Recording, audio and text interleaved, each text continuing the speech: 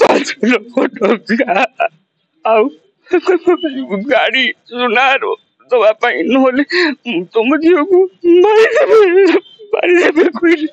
ମୋ ଝିଅ କାନ୍ଦିକି ମତେ କହିଲା, ମୁଁ କାର୍ଡ ଆଣିବି। ପ୍ରେମ ବିବାହ କରି କଲେଜରେ ପଢୁଥିବା ଜଣେ ନବବଧୂ ଶାଶୁଘର ଲୋକଙ୍କ ଯୌତୁକ ଯନ୍ତ୍ରଣା ପାଇଁ ତାଙ୍କର ଜୀବନ ଯାଇଛି। ଏହିଭଳି ଅଭିଯୋଗ ଝିଅର ବାପଘର ଲୋକମାନେ ଆଣିଥିବା ବେଳେ ଝିଅକୁ ଶାଶୁଘର ଲୋକମାନେ ମାରିଦେଇଥିବା ଥାନାରେ ଅଭିଯୋଗ କରିଛନ୍ତି। ଏପରି ଅଭାବନୀୟ ଘଟଣା ଘଟିଛି ବାଲେଶ୍ୱର ଜିଲ୍ଲା ଭୋଗରାଇ ବ୍ଲକ କଖଡ଼ା ପଞ୍ଚାୟତ ଅଧୀନ ହାଟସରିଷା ଗାଁରେ। ଏନମପଡ଼ିଆ ଘର, ତାହାର ମୋ ଝିଅକୁ ମାରିକି ଫାଶୀ ଟାଙ୍ଗି ଦେଇଛି। ତାହାର ଯୌତୁକ ନିର୍ଯାତନା ଦେଉଥିଲା। ସବୁବେଳେ 5 ଲକ୍ଷ ଟଙ୍କା ସୁନାହାର, ବାଇକ୍, ଝିଅ ଯାବତୀୟ ଗହଣା ପତ୍ର ତାର ଦାବି କରୁଥିଲା। କେତେ ଦିନ ଝିଅର ବାହାଘର ହୋଇଛି? 4 ମାସ 5 ମାସ ବାହାଘର ହୋଇଛି। ଏସବୁ ପରେ ଆଗରୁ କାହାକୁ ଜଣେଇଥିଲେ ଯେଉଁ ଯୌତୁକ କଥା ଅଭିଯୋଗ କରୁଛନ୍ତି? ଛୁଆ କହୁଥାଏ। କାଲି 2 ଥର ସେ ମୋ ସାଙ୍ଗରେ କଥା ହେଇଛି। ତାପରେ ମୁଁ 3ଟିଆରୁ ଫୋନ୍ ଲଗାଉଛି, ଛୁଆ ମୋବାଇଲ ଉଠାଇନି। ତା କାକି ଶାଶୁ ଫୋନ୍ କରି କହିଲେ ତୁମ ଝିଅ ଏରকম ଫାଶୀ ଟାଙ୍ଗି ଦେଇଛି। ମିଳିଥିବା ସୂଚନା ଅନୁଯାୟୀ ଭୋଗରାଇ ନାରାୟଣ ମହାନ୍ତି ପଡ଼ିଆ ପଞ୍ଚାୟତ ଅଧୀନ ବ୍ରଜଗୋପାଳକରଙ୍କ ଏକମାତ୍ର ଝିଅ ମୌସୁମୀ କଲେଜରେ ଯୁକ୍ତ 3 ତୃତୀୟ ବର୍ଷରେ ପାଠ ପଢୁଥିଲେ।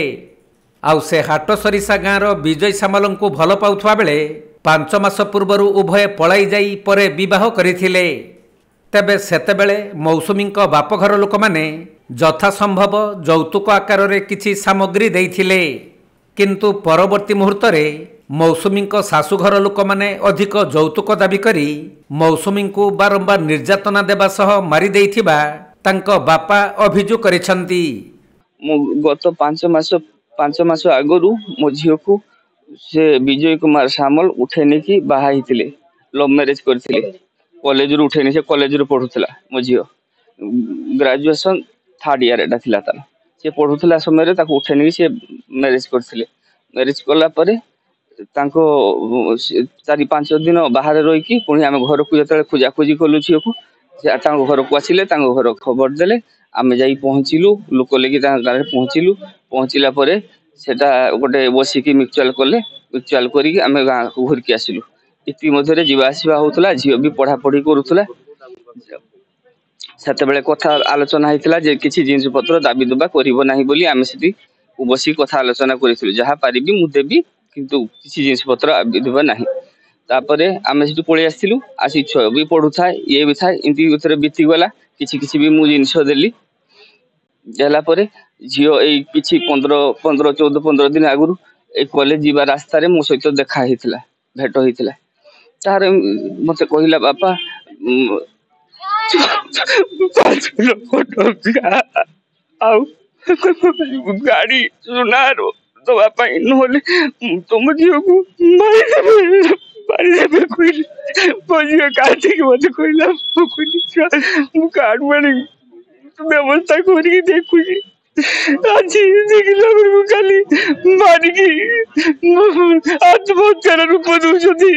ଝିଅଟାକୁ ମାରିଦେଇକି ଆତ୍ମହତ୍ୟାର ରୂପ ଦଉଛନ୍ତି। ଆପଣ ତେବେ ମୌସୁମୀଙ୍କୁ ତାଙ୍କ ଶୋଇବା ଘରୁ ଅଚେତ ଅବସ୍ଥାରେ ଉଦ୍ଧାର କରି ଜଳେଶ୍ୱରପୁର ଗୋଷ୍ଠୀ ସ୍ୱାସ୍ଥ୍ୟ କେନ୍ଦ୍ରକୁ ନିଆଯାଇଥିଲେ ବି ସେଠାରେ ଡାକ୍ତର ମୌସୁମୀଙ୍କୁ ପରୀକ୍ଷା କରି ମୃତ ଘୋଷଣା କରିଥିଲେ। ତେଣୁ ଝିଅକୁ ହତ୍ୟା କରି ଆତ୍ମହତ୍ୟା ରୂପ ଦିଆଯାଇଥିବା ତାଙ୍କ ବାପା ବ୍ରଜଗୋପାଳ ଭୋଗରାଇ ଥାନାରେ ଲିଖିତ ଅଭିଯୋଗ କରିବା ପରେ ମୃତ ମୌସୁମୀର କକା ଶ୍ୱଶୁରକୁ ନେଇ ପୁଲିସ ଥାନାରେ ଅଟକ ରଖିଛି। କିନ୍ତୁ ଶାଶୁଘରର ଅନ୍ୟ ସଦସ୍ୟମାନେ ଫେରାର ହୋଇଯାଇଥିବା ଜଣାପଡ଼ିଛି। କାଲି ସନ୍ଧ୍ୟାବେଳକୁ, କାଲି ଦିନ 4ଟାରେ ମୋତେ ଫୋନ୍ ଆସିଲା କି ଭାଣିଜୀକୁ ନେଇଯାଇଛନ୍ତି, ତାଙ୍କୁ ମାରି ଦେଇଛନ୍ତି। ଆମେ ଏଠି ଆସିକି ଦେଖିଲା ବେଳକୁ ଝିଅ ପଡ଼ିଛି ଆଉ ଘର ଲୋକ କେହି ନାହାନ୍ତି। ତ ଆମେ ଏଠି ଖୋଜାଖୋଜି କଲୁ, କେହି ନାହାନ୍ତି। ତାପରେ ଆମେ ମୋ କାକା ଥିଲେ, ତାପରେ ଆମେ ପଚାରିଲୁ କ'ଣ ହେଇଛି ନା ଝିଅ ନାହିଁ, ତାଙ୍କୁ ସାଇଡ୍ ନେଇଯାଅ। ତାଙ୍କ ଘରକୁ ଯୋଗାଯୋଗ କରିବାକୁ ଚେଷ୍ଟା କରୁଛୁ, କେହି ପାଇପାରୁନାହାନ୍ତି। କାରଣ ତ ଆମେ ଜାଣିପାରୁନୁ, କାହିଁକିନା ଆମେ ଏତିକି କଥା ଦେଖୁଛୁ, ଆପଣ ଦେଖୁଛନ୍ତି। ତେଣୁ କାରଣ କ'ଣ ସେଇଟା ସେମାନେ କହିପାରିବେ। ତେଣୁ ତାଙ୍କୁ ଯୋଗାଯୋଗ ହେଇପାରୁନି। କ'ଣ କରୁଛନ୍ତି କ'ଣ ନ କରୁଛନ୍ତି ସେଟା ଆମେ ଜାଣିନୁ। ଡିମାଣ୍ଡ କରୁଛନ୍ତି ସେ ସବୁ ଯୌତୁକ ପାଇଁ, ଦୁନିଆ କଥା କହୁଛନ୍ତି। ଆମେ ପଇସା ଦେଇଛୁ, କିଛି ଦେଇଛୁ, ଆଉ ବାକି ଯାହା ବି, କିନ୍ତୁ ହଠାତ୍ ଏତେ ପଇସା ଯୋଗାଡ଼ କରିବା ସମ୍ଭବ ନୁହଁ। ଆମେ କିଛି ଦେଇଥାନ୍ତୁ। ଇଏ ଚକ୍କରରେ ଏମିତି କିଛି କରିବା କଥା, ସେସବୁ ଠିକ୍ ନୁହେଁ। ବାଲେଶ୍ୱର ଜିଲ୍ଲା ଭୋଗରାଇରୁ ଚନ୍ଦନ କୁମାର ଦାସଙ୍କ ରିପୋର୍ଟ, କୋଣାର୍କ ଲାଇଭ୍।